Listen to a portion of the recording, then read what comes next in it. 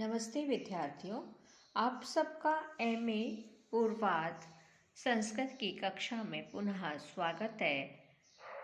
हम साहित्य दर्पण में विश्वनाथ द्वारा बताया गया काव्य प्रयोजन के बारे में बात कर चुके हैं। आज हम काव्य लक्षण के बारे में चर्चा करने जा रहे हैं।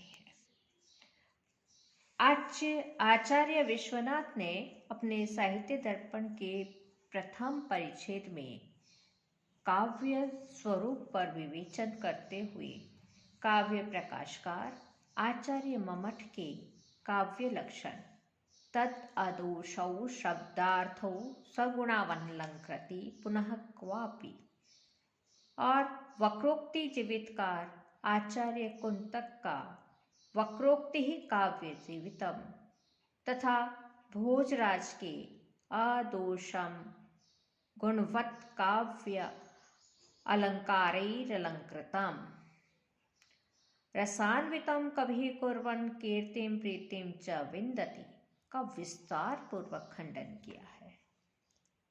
इसी प्रकार काव्य की आत्मा ध्वनि मानने वाले ध्वनिकार के काव्य से आत्मा ध्वनि का और काव्य की आत्मा रीति को मानने वाले आचार्य वामन के रीतिरात्मा काव्यस्य का खंडन किया है।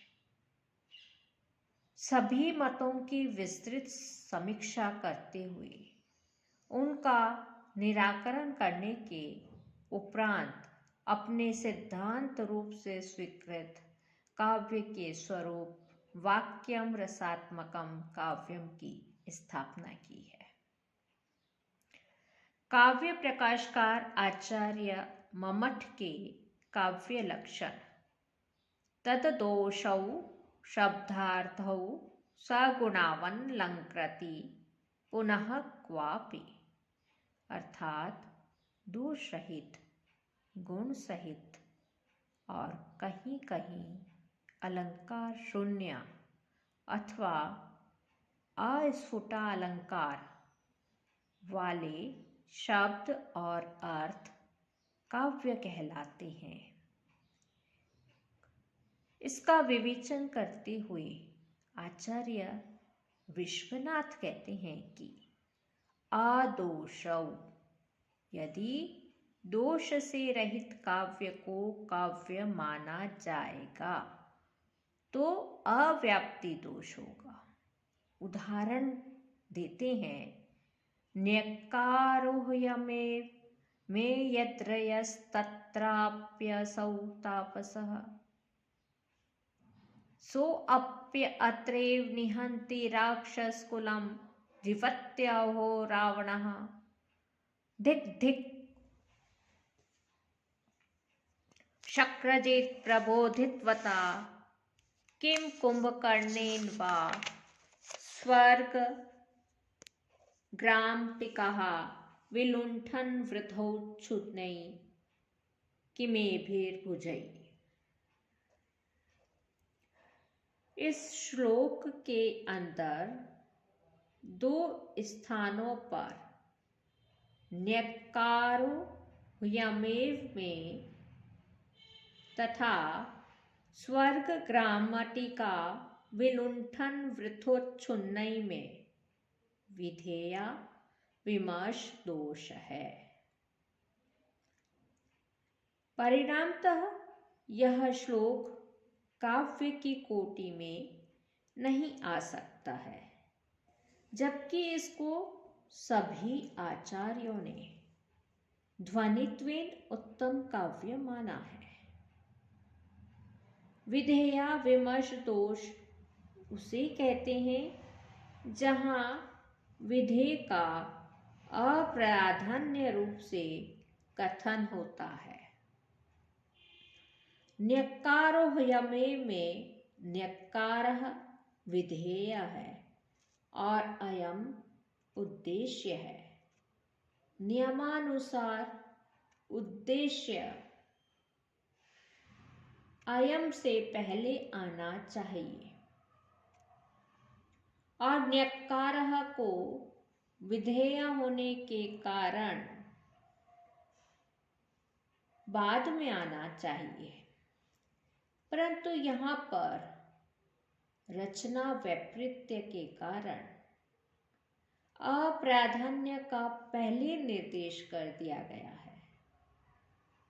इसी प्रकार स्वर्ग ग्रामटिका विलुंठन वृथोच्छुन्नई में वृथा पद विधेय है, जो समास में आकर गौण हो गया है।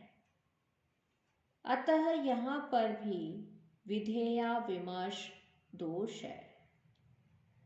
संप्रति यदि उक्त काव्य के लक्षण आदोषों के अनुसार दोष राहित्य को ही काव्य मानेंगे तो यह उक्त पद्य काव्य नहीं होगा, परंतु इसकी क्योंकि ध्वनित्वेन उत्तम काव्यता आनंद वर्धनाचार्य ने अपने ग्रंथ ध्वन्यालोक में स्वीकार की है, अतः उक्त काव्य परिभाषा अव्याप्ति दोष से ग्रस्त होने के कारण माननीय नहीं है। यदि यह कहा जाए कि उक्त पद्य में जितने अंश में विधेया विमर्श दोष है वहाँ तो उसे अकाव्य मान लिया जाए, और जितने अंश में ध्वनि है वहाँ उसे काव्य मान लिया जाए, तो यह भी ठीक नहीं है, क्योंकि इस प्रकार दो विरुद्ध अंशों से दोनों तरफ खींचा जाता हुआ काव्य और अकाव्य कुछ भी नहीं रहेगा, और फिर श्रुति दुष्टत्व आदि काव्य के दोष काव्य के किसी एक अंश को दोष से दूषित नहीं करती है, अपितु संपूर्ण काव्य को ही दूषित करते हैं। इस प्रकार यदि दोष से रहित ही काव्य को काव्य माना जाएगा, तब तो या तो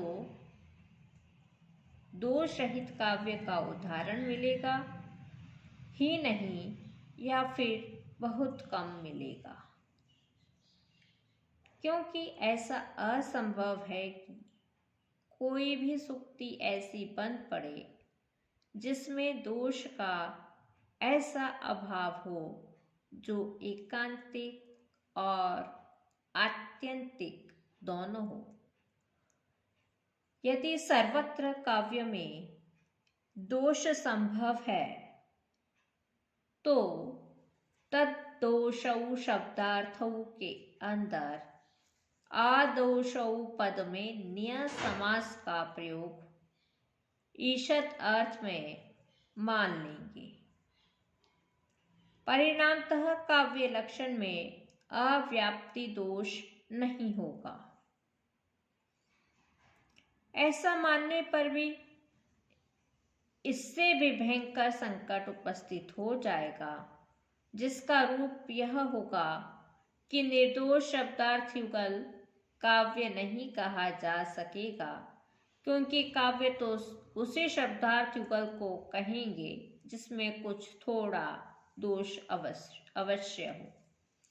यदि काव्य का लक्षण सती संभवे ईषद दोषौ शब्दार्थौ काव्य, ऐसा करते हैं, अर्थात काव्य वह शब्दार्थ युगल है जिसमें यदि दोष हो तो बहुत थोड़े हो, ऐसा मान लें तो यह भी ठीक नहीं है। वस्तुतः काव्य लक्षण में इस प्रकार की बात कहनी ही नहीं चाहिए, क्योंकि दोष का होना या न होना अथवा थोड़ा होना या अधिक होना काव्य के स्वरूप का नियामक अथवा अनियामक नहीं, अपितु उसकी उपादेयता के वर्धन या अवर्धन का ही कारण हो सकता है। जिस प्रकार की रत्न के अंदर कोई कीड़ा लग जाता है तो उसे उस रत्न की रत्नता नष्ट नहीं होती, अपितु उस रत्न की उपादेयता में कमी आ जाती है। उसी प्रकार यदि शब्दार्थ के अंदर कोई दोष विद्यमान है तो उससे शब्दार्थ युगल रूप काव्य की उपादेयता घट सकती है, किंतु उससे काव्यता में कोई क्षति नहीं हो सकती। तभी तो ऐसा कहा गया है, कीटाणुविद्ध रत्नादि साधनेन काव्यता दुष्टेष्व अपि मता यत्र रसाद्य नुगमः स्फुटः। अर्थात जिस प्रकार कोई रत्न कीटाणुविद्ध के होने पर भी रत्न ही रहता है, उसी प्रकार कोई काव्य रस भावाभिव्यंजक शब्दार्थ युगल श्रुति दुष्टादि दोष के होने पर भी काव्य ही रहा करता है। काव्य प्रकाशकार के काव्य लक्षण तत् अदोषौ शब्दार्थौ सगुणावन लंकृति पुनः क्वापि की पदशः आलोचना आचार्य विश्वनाथ ने इसलिए की है जिससे कि वे अपना काव्य लक्षण वाक्यम रसात्मकम काव्यम अक्षरशः सर्वमान्य सिद्ध हो जाए। उन्होंने सर्वप्रथम आक्षेप शब्दार्थ युगल रूप काव्य की पहली विशेषता अर्थात अदोषता पर किया है, जो लिया तो जा सकता था किंतु मम्मट के आशय के प्रतिकूल है। वस्तुतः मम्मट के काव्य लक्षण वाक्य के आदोषौ पद पर भले ही कटाक्ष करें, किंतु यह निश्चित है कि इससे मम्मट की काव्य भावना में कोई दोष नहीं निकल पाया है। मम्मट के लिए न्यक्कारोहयमेव आदि सूक्ति ध्वनि काव्य का एक सुंदर उदाहरण है, क्योंकि यहाँ एक एक पद व्यंजना से ओतप्रोत है। यहाँ क्या वाच्य और क्या व्यंग्य, दोनों अर्थों के सौंदर्य और चमत्कार परस्पर स्पर्धा में पड़े एक रमणीय काव्य की रूपरेखा का निर्माण कर रहे हैं। यहाँ मम्मट को और मम्मट के पूर्ववर्ती ध्वनि दार्शनिक आचार्यों को भी कोई दोष नहीं दिखाई पड़ा। जहाँ विश्वनाथ कविराज को यहाँ विधेया विमर्श का दोष दिखाई पड़ रहा है, वहाँ वस्तुतः तो यह दोष है ही नहीं, क्योंकि उद्देश्य के पहले विधेय के प्रयोग में ही कवि अपने प्रस्तावित चरित्र की विशेषता का प्रकाशन उचित समझ रहा है। यह बात यह है कि न्यक्कार पद के जो वस्तुतः विधेय है, उद्देश्य पद अयमेव के पहले प्रयोग में ही कवि लोक विद्रावण रावण के उग्र स्वभाव को अभिव्यक्त करना चाहता है। यदि उद्देश्य विधेय भाव के सिद्धांत का यहाँ अनुसरण किया गया होता तो क्रोधांध रावण और किसी पद वाक्य प्रमाण पारावरण पंडित का भेद ही क्या रहता। साथ ही साथ समास में पड़ा वृथा पद विधेय क्यों हो, वह तो अक्षुण्णता का सार्थक विशेषण है। स्वर्ग रूपी छोटे से टोले की लूट खसोट से व्यर्थ के लिए फूले न समाये, इन मेरे भुजदंडों का अब क्या काम। यहाँ यही अभिप्राय है। इस अभिप्राय की दृष्टि से यदि वृथोच्छुन्न पद न प्रयुक्त किया गया होता तो स्वर्ग ग्रामटिका पद का क्या स्वारस्य रह जाता। स्वर्ग ग्रामटिका विलुंठन के कारण तो भुजदंडों को वृथोच्छुन्न कहा गया है। यह सब स्वारस्य होने पर भी यदि विधेया विमर्श दोष के देखने का दुराग्रह रह ही जाए तब भी मम्मट के अनुसार यह काव्य कृति निर्दोष ही कही जाएगी, क्योंकि यहाँ के रसाभाव की महिमा से यह दोष भी गुण का ही काम करेगा। इस प्रकार इस काव्य सूक्ति के आधार पर मम्मट के काव्य लक्षण में प्रयुक्त आदौशौ पद में कोई दोष नहीं निकाला जा सकता।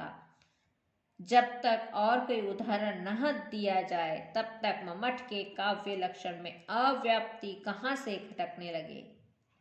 न्यक्कार हुयमेव आदि के आधार पर मम्मट की काव्य परिभाषा वस्तुतः अव्याप्त नहीं अपितु सर्वथा निर्दोष प्रतीत होती है। आज हम यहीं पर समाप्त करते हैं। पुनः काव्य लक्षण पर ही आगे की चर्चा अगले वीडियो में